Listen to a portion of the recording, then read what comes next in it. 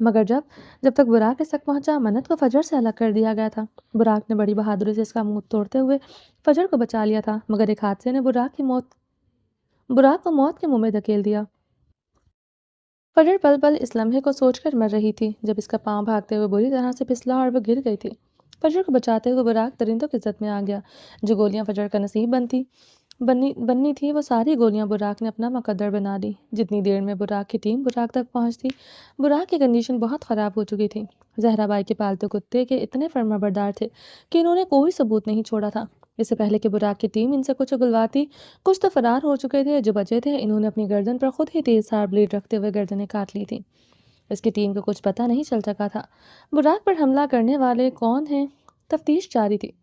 براق کو پوری سیکیورٹی کے ساتھ ہاسپٹل کے ایک روم میں رکھا ہوا تھا، جہاں پر پرندہ بھی پر نہیں مار سکتا تھا۔ صرف ٹیم کے کچھ خاص افسران کے علاوہ ہر وقت کمرے میں صرف فجر موجود رہتی تھی۔ آج ایک مہینہ گزر چکا تھا، مگر براق نے نہ تو آنکھیں کھولی، نہ کروٹ لی، نہ ہاتھ ہلایا، نہ پلک جھپکی۔ 6 فٹ کے نوجوان کا ساکت لیتا دیکھ کر فجر کے دل پر کیا گزرتی تھی، یہ صرف فجر ہی بتا سکتی تھی۔ دوسری جانب اپنی بہن کا غم اسے کھائے جا رہا تھا۔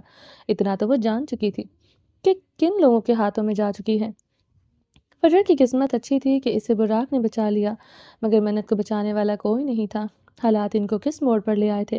فجر ایک بات سے بخوبی واقف تھی، یہ سب کروانے والی کوئی اور نہیں، اس کی تائی ہے۔ آج اسے پچھتاوا ہو رہا تھا کہ کیوں اس نے گھر والوں کو نہیں بتایا کہ سوریا کس قدر گھٹیا عورت ہے۔ شاید اگر وہ گھر والوں کو اس کی حقیقت بتا دیتی تو آج براق اور منت کی زندگیوں برباد نہ ہوتی، مگر آج پچھتانے کا کوئی فائدہ نہیں تھا۔ آج حالات اس قدر خراب ہو چکے تھے کہ وہ چاہ کر بھی ٹھیک نہیں کر سکتی تھی۔ اب بھروسہ صرف اور صرف اللہ کی ذات پر تھا۔ اس دلدل سے نکلنے کا کوئی راستہ نہیں تھا۔ ہر طرف اندھیری تاریک راتوں کا بسیرا تھا۔ روشنیاں ناراض ہو کر چھپ چکی تھیں۔ خوشیوں نے دوریاں اختیار کر رکھی تھیں اور غموں نے بسیرا کر لیا تھا۔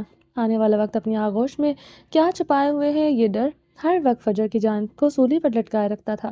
سامنے لیٹا بے جان وجود اس کے لیے کس قدر تڑپتا تھا۔ اس کی طرف کو یاد کر کے اس کی آنکھوں میں شدت سے آنسو آ جاتے تھے۔ پورا دن نمازیں پڑھتے، رب کو یاد کرتے اور روتے ہوئے گزر جاتا۔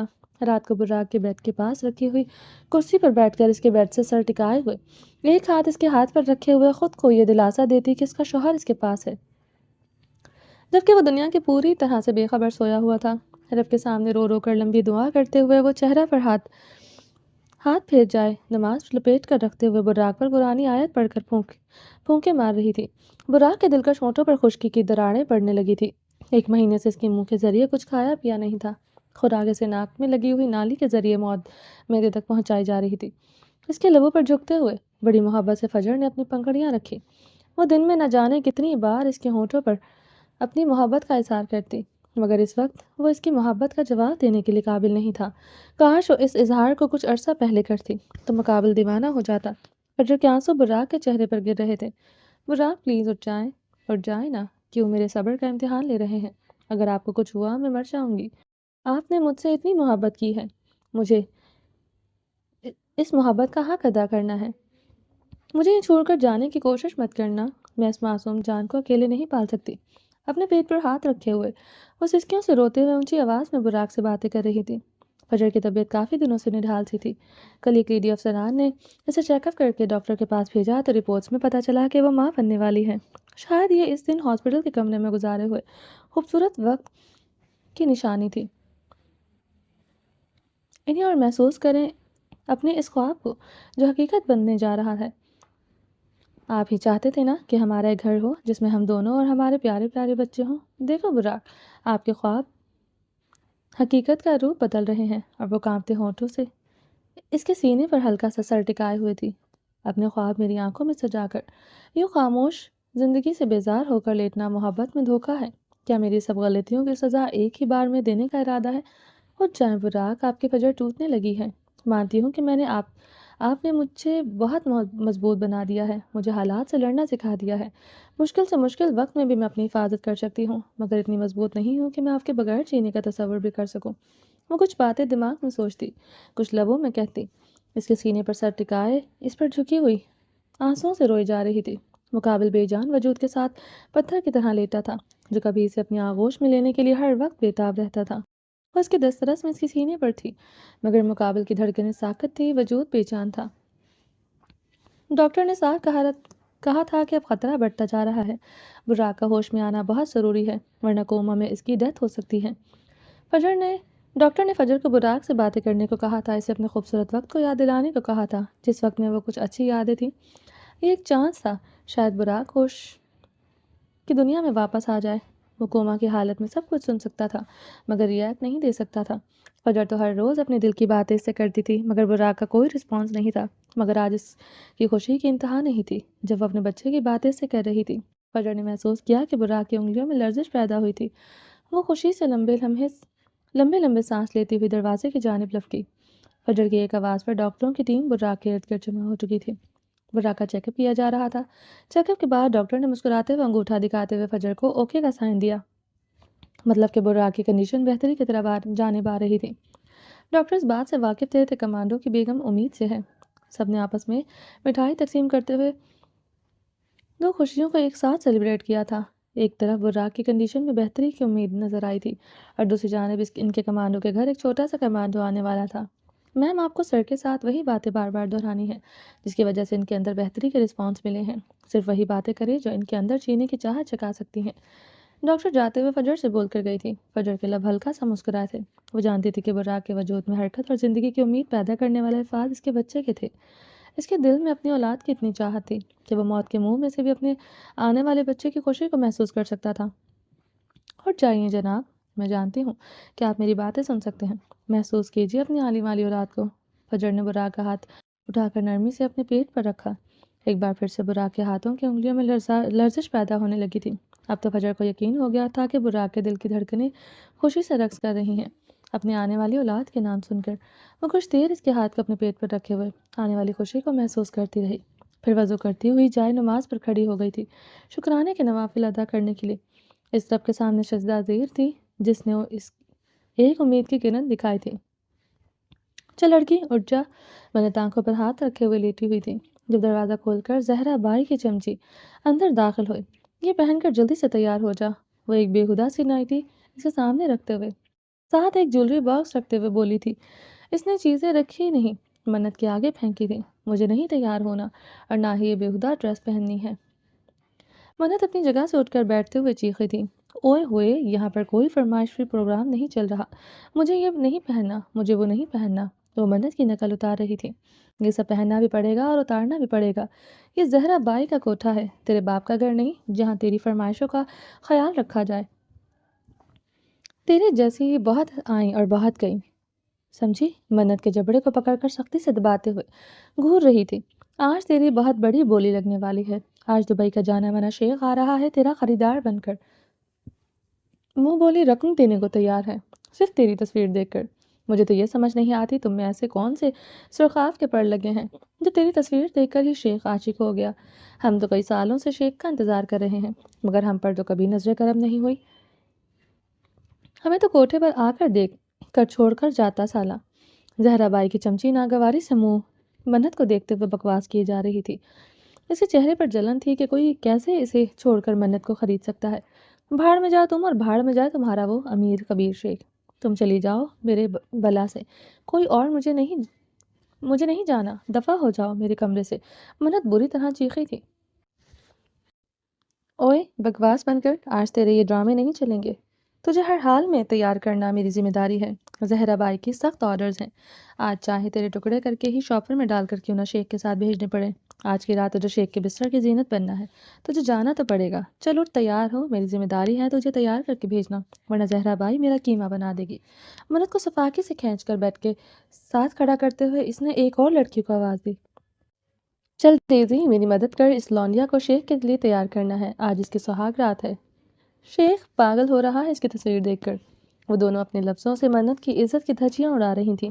دونوں نے مل کر زبردستی منت کے کپڑوں کو تقریباً پھاڑتے ہوئے اس کے وجود سے الگ کیا تھا۔ آج سے پہلے اس نے کبھی ایسی بے حرمتی نہیں ہوئی تھی۔ وہ چیخیں مار رہی تھی، وہ رو رہی تھی مگر وہ کمینیاں اسے تھپڑ مار مار کر بے حال کیے ہوئی تھی۔ منت کی نازک سے گالوں پر انگلیوں کے چھاپے پڑ چکی تھی، اسے وہ بےہودہ نائٹی پہنا چکی تھی جس مخملی وجود کو اس کا وجیح محبت اور نرمی سے چھوتا تھا۔ اس پر زخموں کے نشان تھے۔ وہ جس بدن کو منت کی شرم و حیا کی لاج رکھتے ہوئے وہ جب محبت بھی کرتا تھا تو اسے چادر میں کور کیے کر رکھتا تھا۔ وہ جانتا تھا اس کی بیوی کو بہت شرم آتی ہے مگر آج اس کی منت کو بے لباس کیا جا رہا تھا۔ منت کی آنکھوں سے خون کے آنسو بہہ رہے تھے۔ جب درد کی شدت ضرورت سے بڑھی تو اس نے زوردار چیخ ماری تھی۔ ایک بار کے لیے تو دونوں لڑکیاں ڈر گئی تھی۔ وجیح کہاں ہو؟ بچا لو مجھے، دیکھو تمہاری منت کی کس طرح بے حرمتی کی جا رہی ہے۔ وجیح تم زندہ ہو، میرا دل اس بات پر گواہی دیتا ہے، تو پھر کیوں نہیں آتے مجھے بچانے کے لیے، یا میرے مرنے کا انتظار کر رہے ہو؟ وہ چھت کی جانب چہرہ کرتے ہوئے اتنی زور زور سے چیخ رہی تھی کہ روتے ہوئے وجدان کو پکار رہی تھی۔ یہ دونوں لڑکیاں کچھ دیر کے لیے ڈر کر دور ہو گئی تھی۔ ان کو لگنے لگا کہ شاید منت پاگل ہو گئی ہے۔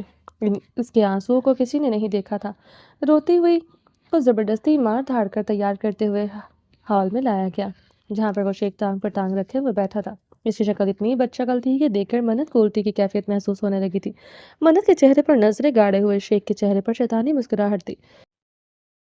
وہ اتنی بے باکی سے اس کے وجود کی رعنائیوں کو دیکھ رہا تھا کہ منت کا بس چلتا تو وہ زمین کے اندر دھس جاتی۔ جس بدن کو دیکھنے کا حق صرف اور صرف اس کے وجی کو تھا، وہ شیخ اس پر نظریں جمائے ہوئے تھا۔ نائٹی بہت بیہودہ تھی، آنسو منت کی آنکھوں سے تھمنے کا نام نہیں لے رہے تھے۔ رونے سے اس کا حسن اور بھی قاتلانہ لگ رہا تھا۔ شیخ نے بلینک چیک زہرا کے آگے پھینکا۔ اسے اپنے کتوں کو اشارہ کیا تھا کہ وہ اس لڑکے کو گاڑی میں ڈالا جائے۔ خدا کا خوف کھائے مت بھیجے مجھے اس کتے کے ساتھ۔ تم چاہو تو کبھی مجھے آزاد مت کرنا، مگر مجھے اس درندے کے حوالے مت کرو۔ ساری زندگی تمہارے کوٹھے پر نوکر بن کر رہوں گی، تمہاری خدمت کروں گی، تمہارے پاؤں دباؤں گی، جو بھی کہو گی کروں گی، مگر مجھے یہ گناہ مت کرواؤ۔ میں ایسی لڑکی نہیں ہوں، میں صرف اپنے وجی کی ہوں، تو مرتے دم تک اس کی رہنا چاہتی ہوں۔ منت تڑپ کر اپنی انا کو سائڈ پر رکھتے ہوئے زہرا کے قدموں میں بیٹھ گئی تھی۔ واہ تیری تو اکڑ ابھی سے ٹوٹ گئی۔ زہرا نے اسے پاؤں مارتے ہوئے دھکیل کر خود سے دور کیا۔ زندگی میں ابھی اکڑ نہیں دکھاؤں گی، کبھی اکڑ نہیں دکھاؤں گی، مگر میرے جسم کا سودا مت کرو، میں تمہارے آگے ہاتھ جوڑتی ہوں۔ دونوں ہاتھ جوڑے ہوئے کتنی بے بس نیم دراز لباس پہنے فرش پر گھٹنوں کے بل بیٹھی تھی۔ ہر وقت سر پر دوپٹہ اوڑھے رکھنے والی چوہدری وجدان برق کی منت کو قسمت کہاں لے آئی تھی۔ وہ بہت چیخ رہی تھی، مگر کوئی اس کی بات نہیں سن رہا تھا۔ یہاں پر سب پیسے کے پجاری، سب نفس کے ہاتھوں مجبور لوگ بیٹھے تھے۔ یہاں پر صرف جسموں کا سودا کیا جاتا تھا۔ یہاں پر کسی کے جذباتوں کا کوئی قدر نہیں تھی۔ وہ فجر کی جیسی طاقتور نہیں تھی۔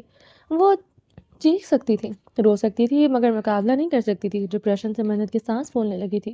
وہ استماع کی پیشن تھی۔ یہ بات زہرا بائی کو پہلے سے ہی شاید بتا دی گئی تھی۔ سوریا جیسی شفاف عورت نے منت کے لیے مرنے کے دروازے بھی شاید بند کرنے کی پوری کوشش کی تھی۔ جب بھی اس کا سانس اکڑتا تھا، اسے فوراً دوا مہیا کر کے ٹھیک کر دیا جاتا تھا، تاکہ اسے ٹھیک رکھ کے اس کے جسم کو بیچ کر پوری قیمت وصول کی جائے۔ اسے زبردستی اس شیخ کی گاڑی میں ڈالتے ہوئے وہاں سے روانہ کر دیا گیا تھا۔ یار وجدان دبئی کی گلیوں میں رسوا ہونے کی جا رہی تھی۔ جس یار وجدان پر چودھری وجدان برق کسی کی نظر برداشت نہیں کر سکتا تھا، آج وہ بے آبرو ہونے جا رہی تھی۔ منت کو زبردستی شیخ اپنے ساتھ ہوٹل میں لے آیا تھا۔ منت شرم سے پانی پانی ہو رہی تھی۔ ایک تو اس کا لباس ایسا تھا جسے پہن کر وہ کبھی اپنے گھر والوں کے سامنے آنے کی ہمت نہیں رکھتی تھی۔ آج اسے اتنے گھٹیا لباس کے ساتھ ہوٹل میں سب سے سامنے یہ گھٹیا انسان لے جا رہا تھا۔ شیخ آدمی کے پیچھے پیچھے تھے، منت کو مار دینے کی دھمکی دیتے ہوئے۔ شیخ نے خاموش رہنے کو کہا ہوا تھا۔ یہ ایک بہت بڑا ہوٹل تھا، جہاں پر ہر طرف لوگوں کا آنا جانا تھا، مگر سب کے چہرے کے لیے اس کے لیے انجان تھے۔ یہاں پر کوئی اپنا نہیں تھا جسے رسوا ہونے سے بچاتا، کوئی نہیں تھا جسے وہ اپنے دل کی بات کہہ سکتی۔ وہ تو یہ تک نہیں جانتی تھی کہ یہاں پر شور مچائے گی یا کسی کی ہیلپ مانگے گی تو وہ کوئی اس کی مدد کرنے کے لیے آگے بڑھے گا بھی یا نہیں۔ یہ ایک ایسا علاقہ تھا جہاں پر اس نے راستے میں ایک ساتھ بہت سے ہوٹل دیکھے تھے۔ شاید یہ کوئی ہوٹل ایریا تھا، بہت بڑے بڑے اور خوبصورت ہوٹل ایک لائن میں بنے ہوئے تھے۔ شیخ اسے جس ہوٹل میں لایا تھا، یہاں پر شاید ایسے ہی لڑکیوں کو لایا جاتا تھا، کیونکہ اس نے کافی سارے کپلز ایسے دیکھے گئے تھے جہاں پر لڑکیوں کے چہرے پر بے بسی درد صاف نظر آ رہا تھا۔ مطلب یہاں پر کوئی اس کی مدد نہیں کرے گا، اتنا تو وہ سمجھ چکی تھی۔ یہ ہوٹل 2 نمبر کام کے لیے استعمال ہوتا ہے۔ وہ زبردستی ڈر کے مارے آنکھوں کو صاف کیے شیخ کے ساتھ چل پڑی تھی، مگر دماغ میں اپنی عزت کو بچانے کے منصوبے بنا رہی تھی۔ اسے ہر حال میں اپنی عزت کو بچانا تھا۔ وہ اب بھی اس بات پر قائم تھی کہ وہ صرف اپنے وجی کی ہے۔ اس کے جسم پر صرف اور صرف اس کے شوہر کا حق ہے۔ اپنے شوہر کے علاوہ وہ کسی اور کو اپنے وجود پر بے حیائی کے رنگ بکھیرتے ہوئے برداشت نہیں کر سکتی تھی۔ وہ پل پل سوچ کر ہی مر رہی تھی کہ جب یہ شیخ اسے چھوئے گا تو وہ کیسے برداشت کرے گی۔ اب اسے عزت بچانے کا تو کوئی راستہ نظر نہیں آ رہا تھا، مگر اب مرنے کے لیے تیار تھی۔ اس نے سوچ لیا تھا کہ وہ موت کو گلے لگائے گی، کیونکہ وہ شیخ کے چنگل سے بچ کر نہیں نکل سکتی تھی۔ وہ بہت طاقتور تھا اور منت بہت کمزور۔ مجھے کہاں ہو آپ نے میرا ہاتھ کیا چھوڑا؟ آپ کی منت گلیوں کی دھول ہو گئی۔ وہ دل میں سوچ کر آنکھیں بند کرتے ہوئے اپنے آنسوں کو ضبط کر رہی تھی۔ اسے صفاق بد شکل شیخ کے رونے سے سختی سے منع کیا گیا تھا۔ کمزور دل منت کو تو اس بد شکل کی شکل سے ہی خوف آ رہا تھا، اوپر سے اس کا دھمکانا منت کی روح تک کانپ رہی تھی۔ وہ کمرے میں پہنچنے سے پہلے ہی اپنی جان لینے کا ارادہ کر چکی تھی۔ اس سے پہلے وہ کمرے تک پہنچتی منت نے خدا کا نام لیتے ہوئے جھٹکے سے شیخ کے ہاتھ سے اپنا ہاتھ چھڑوایا تھا۔ وہ اتنی سپیڈ کے ساتھ بھاگی تھی کہ شاید شیخ کو اور اس کے آدمیوں کو اس کی ڈری سہمی لڑکی ایسی امید نہیں تھی۔ ان کے ہوش میں آنے سے پہلے ہی منت کافی سیڑھیاں پھلانگتی ہوئی سیڑھیوں کے نیچے اترتی آئی تھی۔ سامنے چلتی ہوئی لفٹ کا گیٹ کھلا دیکھ کر وہ لفٹ میں گھس گئی تھی۔ وہ لفٹ کا دروازہ بند کر چکی تھی۔ شیخ کے آدمی بالکل ایک قدم کی دوری پر تھے۔ جب دروازہ بند ہوا، اگر دروازہ بند نہ ہوتا تو منت ان کے ہاتھ لگ جانی تھی۔ انجانے میں کس بٹن پر اس کا ہاتھ لگا وہ یہ بھی نہیں جانتی تھی۔ لفٹ جیسے ہی جھٹکے سے رکی، وہ پاگلوں کی طرح لفٹ سے باہر نکلی تھی۔ لفٹ گراؤنڈ فلور پر آ کر رک گئی تھی۔ وہ لفٹ سے بھاگ کر نکلتی ہوٹل کے باہر کی جانب آ گئی۔ وہ اس وقت کچھ نہیں جانتی تھی کہ وہ کیا کر رہی ہے، وہ بس بھاگ رہی تھی۔ بنا کچھ دیکھے لوگوں سے ٹکراتے ہوئے بھاگی چلی جا رہی تھی۔ باہر نکلتے ہی اس نے سڑک پر بھاگنا شروع کر دیا۔ پیروں میں بلیک ہیل والے سینڈل پہن کر بھاگنے میں سے بہت مشکل ہو رہی تھی۔ سینڈل کو اس نے بمشکل اپنے پیروں سے الگ کر کے وہیں پھینک دیا۔ اسے ڈر تھا کہ شیخ کے آدمی کسی بھی وقت اسے واپس پکڑ کر اس گندگی میں لے جائیں گے۔ اس ڈر نے اس کے اندر ایک عجیب سی طاقت بھر دی تھی۔ سڑک کے سائڈ پر بھاگتے وہ کافی دور آ گئی تھی۔ اس نے پلٹ کر بھی نہیں دیکھا کہ شیخ کے آدمی اس کے کتنے نزدیک پہنچ چکے ہیں۔ وہ تو یہ جانتی تھی کہ وہ اسے چھوڑیں گے نہیں۔ اسے تو بس مرنا تھا، اور کیسے مرنا تھا، اتنی معصوم تھی کہ یہ بھی نہیں جانتی تھی، بس اسے مرنا تھا۔ اس نے یہ عہد کر لیا تھا وہ خودکشی کر کے اپنی جان دے دے گی، مگر اپنی عزت پر کوئی آنچ نہیں آنے دے گی۔ بھاگتے بھاگتے اس کی حالت بے ہوش ہونے والی ہو گئی تھی۔ پھولی ہوئی سانس کے ساتھ وہ پاگلوں کی طرح بھاگتے ہوئے کسی گاڑی سے ٹکرائی تھی۔ استھما کا پرابلم ہونے کی وجہ سے سانس اس قدر پھول گئی تھی کہ اس کے دل کی دھڑکنیں بند ہونے لگی تھی۔ اس کے دل میں یہ سوچ کر سکون تھا کہ اب وہ گاڑی سے ٹکرا گئی ہے تو اب وہ مر جائے گی۔ وہ اس وقت اپنے حواسوں میں نہیں تھی، نیم پاگل سی ہو چکی تھی، اپنی بے ہوشی کو موت سمجھ کر گلے لگانے کو تیار تھی۔ اسے لگ رہا تھا کہ وہ مر رہی ہے۔ چودھری وجدان ورک کی معصوم محبت نے آج تک کبھی ایسی سچویشن کو فیس ہی نہیں کیا تھا۔